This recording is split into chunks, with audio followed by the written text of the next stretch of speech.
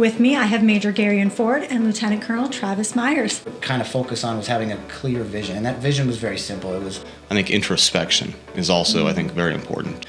It's just, I think everyone throughout their normal civilian life has had these decisions. There's not everything is rainbows and butterflies. knowing when to put the Stetson on Yep. and when to put the baseball cap on. These are the same guys who have been through, how are we actually working as an organization, or are we just running people down? The stuffing. I think that the turkey is bland and dry. A dish that's worth anything is stuffing, because it's amazing. Thank you for joining us on this segment of our interviews with leadership. With me, I have Major Garion and Lieutenant Colonel Travis Myers. Thanks for joining me, guys. Pleasure. All right. So I just want to make it clear, first of all, that you both are here because you are the soon-to-be outgoing Squadron Commander and you are the soon-to-be incoming Squadron Commander. Now, when is this change in leadership happening? We are scheduled to change out November 3rd of 2024, so within the next couple of weeks we'll be changing out. Awesome. Okay, so first we'll start with you. What leadership qualities do you believe are essential? Yeah, that's a good question, and really when we took over the CAV, I took over the CAV after the Kosovo deployment, so we got back in 2022, and I took over the CAV squadron. Really what we needed to kind of focus on was having a clear vision, and that vision was very simple. It was, we had just got back from a challenging deployment. We had a lot of work to do, but everyone needed kind of like a real clear end state. And that clear end state was very simple for us. It was really build the culture back, and it was to really get back to the basics of training cavalry squadron tactics, so everyone knew exactly what the focus was. That way everyone was working towards a common goal. So really clear vision, I think, is a very important leadership quality to have on what the end state you're trying to get everybody to get to in the end. And then I wrote down another word too, and I think as a commander, I think having a clear purpose is important. But the other word I wrote down was empathy. Getting back from a deployment like Kosovo, which it had its challenges, but getting back from them, I think empathizing with what the soldier needs was part of that vision to make the CAV squadron kind of get back on track. And by empathy, I really meant like taking every soldier's case by case, individually, figuring out what works for the unit and what works for that soldier, to one, make sure that they are enjoying what they're doing coming to drill, but also we are relating to the soldiers' work-life balance and making sure that they're able to accomplish what they can accomplish and do what they're supposed to do in the military. Absolutely. Major Ford, what leadership qualities are essential to you? So Colonel Myers already hit the vision one. I think that's extremely important. I think it's hard to really just narrow it down to one or two, but competence is one, because you need to know what you're doing. You need to understand the organization. You need to understand what's there. I think introspection is also, I think, very important. Just like in an exercise, we'll do mid AARs, after action reviews, to like correct in course while we're doing it, as well as a final when you're done. Introspection, looking at yourself and where you are in the organization in case you need to make some internal changes, whether it's guidance in the staff, how the soldiers are reacting to any kind of changes, or how things are actually happening. Yeah, I think that's definitely a good one. Okay. I'll start with you, Major Ford, this time. How do you approach decision-making when faced with adversity? So that's kind of tough with a vague question like that, but we'll go with it as best we can. So sometimes you don't have all of the answers, and sometimes there are no good answers, and you have to go with the least bad decision, right? Everyone's faced that in their life. It's just what it is. I think that understanding where the end state needs to be, and then what the method to accomplish that with what it would be, honestly, like the least bad answer, if you will, right? It's just, I think everyone throughout their normal civilian life has had these decisions. There's not everything is rainbows and butterflies, but if you understand where you're trying to go and where you need to be, and what the impact is to have the least poor impact on the organization. And you, sir?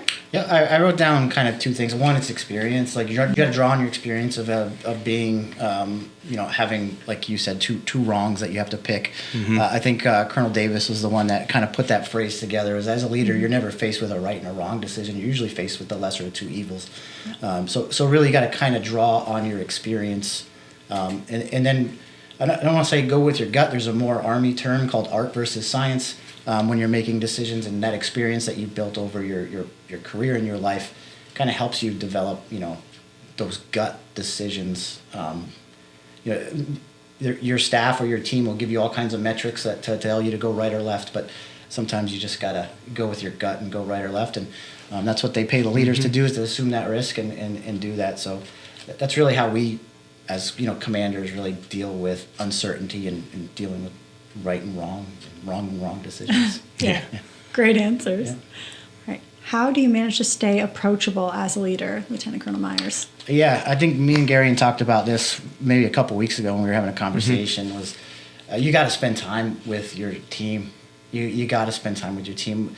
The Cav Squadron has units in Bennington, St. Albans, Swanton, Newport, and Lyndonville, and those are kind of in the four corners of Vermont. And what me and Sergeant Mulcahy and Sergeant Major McLean really kind of made it a point to do is spend time with our teams, which means traveling to Bennington and not just going for a visit, but spending the entire drill weekend with them and being part of them. And if you've ever seen the show Undercover Boss, like it's a great way to just kind of treat me as your gunner today and go. And we did a lot of that during annual training, where me and Sergeant Major would just kind of split up, and I'd be the Jaffo in the back seat and just kind of, you're hanging out in the back. You get to learn so much about your squadron and your team, and the people that are commanding these soldiers underneath you, your subordinates, just by spending a day with them. And I think that's the best way to be approachable, because your teams will kind of see you. And the other one is each troop in the Cav Squadron has a different culture and a different personality.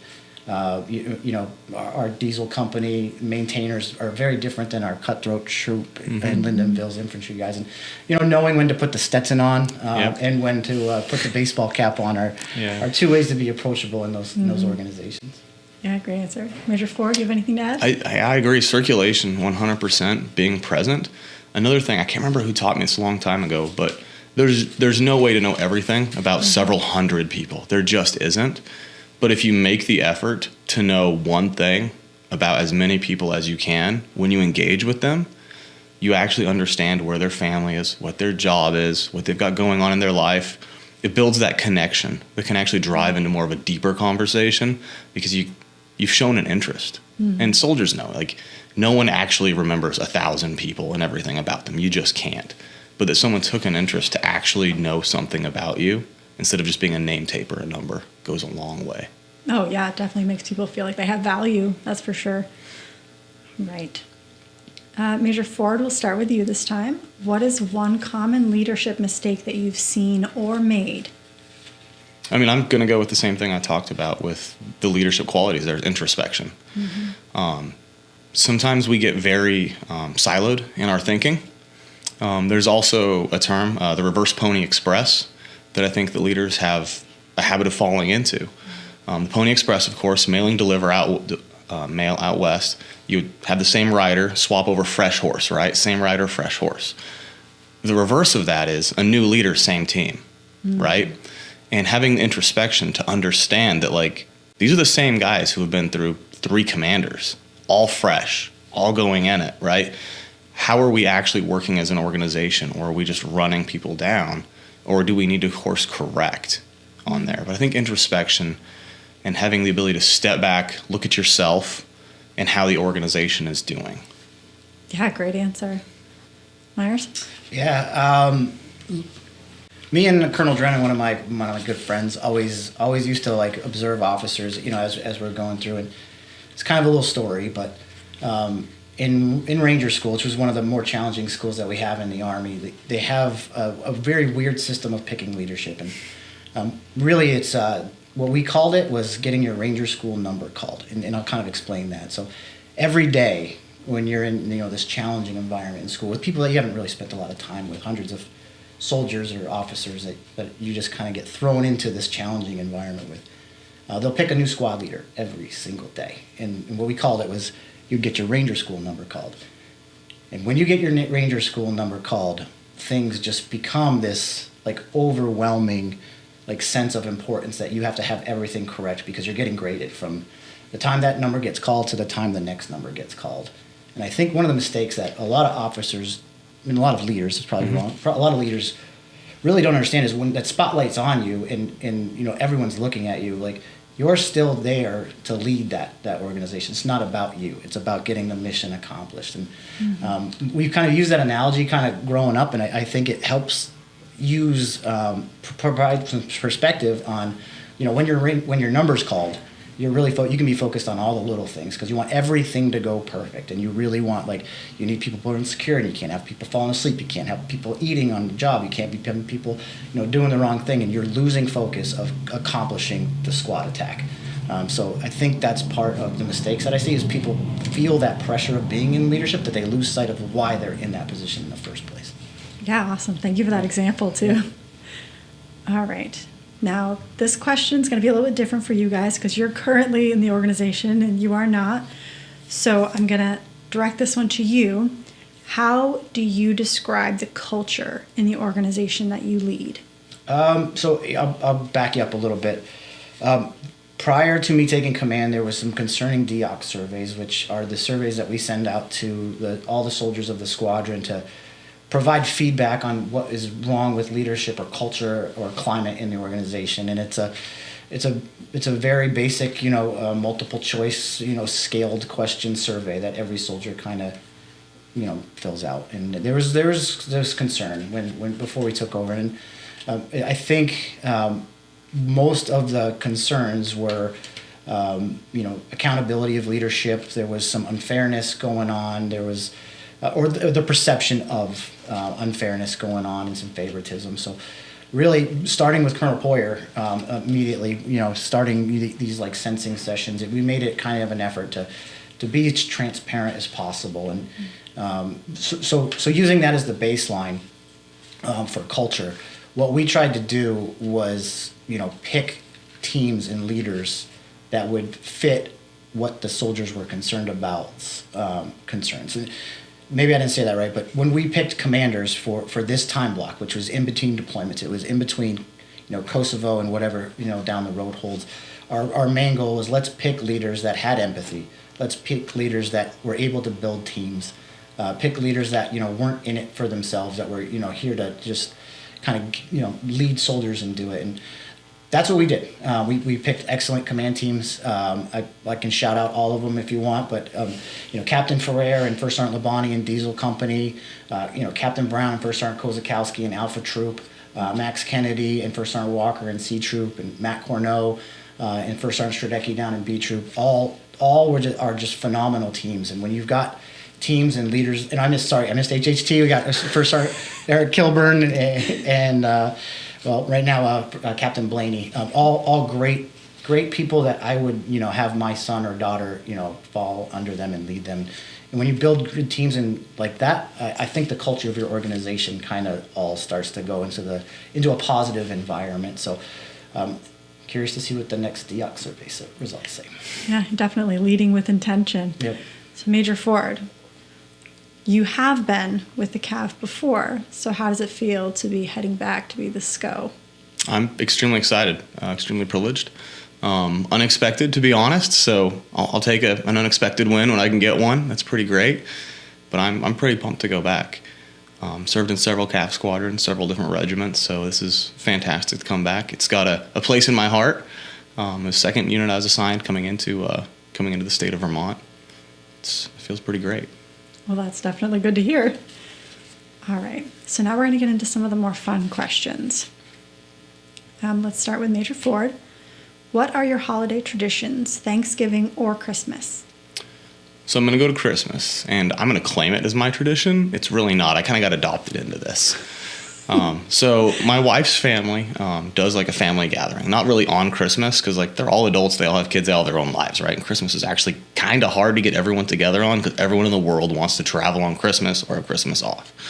But every December they'll all get together, and that's like 5 generations under one roof because there's like the matriarch that is still there, if you will, who is a great-great-grandmother kind of thing, all the way down to the youngest, I guess, great-grandkid at this point, who's about a year old. But it's kind of cool to get everyone together. You get that experience. You get the stories coming through. But one of the favorite things about that, though, is up here, my wife's from the South, just preface that. It's called a Yankee swap. Down south, it's just dirty Santa. There's no Yankee involved in it. So watching the dynamics of everybody, inexpensive gifts all wrapped up. Nobody knows what it is. I'm sure your viewers all know the rules of the Yankee swap. But watching the alliances kind of get made once someone sees what's there, and then watching the backstabbing happen, those dynamics, I love sitting back and watching and just seeing how that whole thing plays out with who ends up with what. Yeah, I can relate. My family does a white elephant, which is the same thing. So, yep. Travis? I'll take Thanksgiving. Very traditional, very family oriented. Obviously, I've got 3 kids, and me and my wife have been together for a long time, and all of our cousins and large family get together on Thanksgiving, and it's really traditional. We eat too much food and then usually watch the Detroit Lions lose a football game. But very simple, and we look forward to it every year. It's the best time of year, fall and stuff like that. So awesome. All right. Travis, what is your favorite Thanksgiving food? There's only one answer, and that's the stuffing. I think that the turkey is bland and dry, and I don't know why people would eat that. Mashed potatoes are a stupid dish that you have to put butter and gravy on to make it even taste good. Like the only Thanksgiving dish that's worth anything is stuffing, because it's amazing. Garion, do you care to counter? Not really a counter. I just don't like any of them alone, so I'm going to go with the conglomeration. The day after the Thanksgiving sandwich, you get a turkey, the stuffing, some potatoes, some cranberry sauce, and of course mayonnaise, because best condiment ever. Throw it on a roll, and I think you've got a Pilgrim sandwich there that, they'd be proud to have on Plymouth Rock. That answer does not surprise me. All right. Let's start with Garion. Would you rather cook the entire Thanksgiving meal yourself or do all the dishes alone afterwards? Easy answer, clean. So in cleaning, you gotta have a strategy behind this. So when you gotta cook, there's a lot of pressure.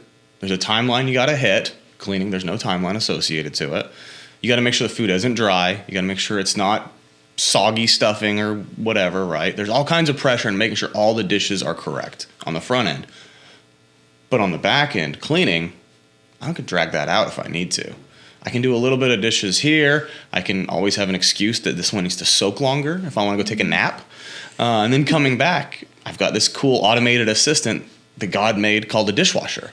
I stick it in, I put a Cascade pod in there, I close it, I push a button, I'm good. Travis, how about you? That is the correct answer. Travis, what are you thankful for? Good question. I'm thankful for a lot. I'm thankful for the opportunity I've had to command the Cav Squadron over the last couple of years. I'm thankful for the command teams and the opportunity the Vermont Guard has given me to really command one of the most historical units in the Vermont National Guard. So I'm very thankful for that. But very thankful that I have my family. Again, I'm full-time here in the Vermont National Guard, and I'm just thankful that it's provided me the opportunity to provide a great life for my family. Garion? Many things. I think we whether we know it or not, I think we live in the pinnacle of human civilization right now. Social media and many other things will make you think life is horrible, but really you've got everything at your fingertips that your grandparents, your great-grandparents didn't have when they had to struggle. I think that it's, in a holistic picture, it's just taking a step back to realize that right now. The fact that it's possible to have a pineapple in December in Vermont is something that's pretty spectacular. Bringing it a little bit closer down into small things that I'm thankful for, to be honest, is my family, one. I got a kid about to turn 2 years old. My wife, who stuck with me through all of my misguided adventures across the world. Thank you for that, Tabitha. I appreciate it. But then also, this sounds going to sound corny, but I'm a firm believer in the National Guard as one of the pillars of the United States, starting back in the militia days, and that soldiers actually still stay. Right? The National Guard is there. The soldiers join it to actually serve their communities and serve their nation when called upon. I think that's something we skip over. It sounds cheesy, and maybe people don't take it to heart, but in actually thinking, the Guard is a very large aspect of this nation that people just take for granted. And I'm actually thankful that young people still join this organization, and that those that have been in want to stay and continue to serve. Yeah, thank you both for sharing. All right, Travis, if you could have any famous person, dead or alive, at Thanksgiving dinner, who would it be and why? Good question. I think like the heady answer is obviously you should pick somebody like historical that would, like give you some wise wisdom or some guidance. But at Thanksgiving, I don't think that's the right place to start talking, about Germany and deep tactics and leadership theory. So it has to be somebody that can keep the party going and lively. And so I'll kind of go with my kids, favorite actor or actress. I think Adam Sandler would probably be the right guy to smash some food with you, probably drink a beer, and then probably, kick it out and play some backyard football and really kind of keep the party going. Awesome answer. Garion? Well, as Pete Davidson recently said, the 90s SNL was the best SNL. Toasting there to Adam Sandler. So I'm not going to copy that. That's true. I'm going to say Adam Sandler is the correct answer to that. But yeah, I'm going to go with that. I can't really top that. He's a pretty cool dude to hang out with, I think. All right. So now I have 2 questions that I did not prepare you guys for. The first one, and you guys can take this as it will. Would you rather get chased by a wild turkey or get chased by a wild reindeer? It's a tough one there. The reindeer does probably have the speed advantage. Yeah, and they've got antlers, even the females. Turkey, I could probably spur you. And turkey will cut you up, yeah. They're both delicious, though. So we got to remember, you're getting chased, but we're going to turn around because that's Thanksgiving dinner and Christmas dinner. So this is going to turn around. Yeah, but turkey can probably fly up into a tree. Yeah, it'll roost. I don't think a reindeer. I'm going after a reindeer. You can come after me. I'm going to turn around. I'm going to grab him by the antler. Yeah, it's a tough question, but reindeer is the correct answer. You guys did not disappoint. Thank you. Yeah. You're the first ones who have chosen reindeer. All right. This one's my favorite one. Would you rather cry small rocks or sweat pickle juice? I mean, there's this... Thoughts? Oh, yeah. So I got this one. So for me, it's already what it is. When I come out of the field, my wife tells me I smell like a jar of pickles. So like it's already done. I'm already pickles. I'm not putting rocks out of my pores. Are you serious right now? Yeah, I don't see the benefit of crying rocks. No, I don't think we cry very often. So I mean, you could say like... You can always take a I shower. could always say cry because I'm not crying. So. No. But Eyes might I think sweat a pickle little. juice wouldn't be that bad. I might cry down the road. So I'd go on the safe side and say pickle juice. All right. Well, thank you both so much for answering my questions and humoring me with some of the silly ones. Really appreciate it.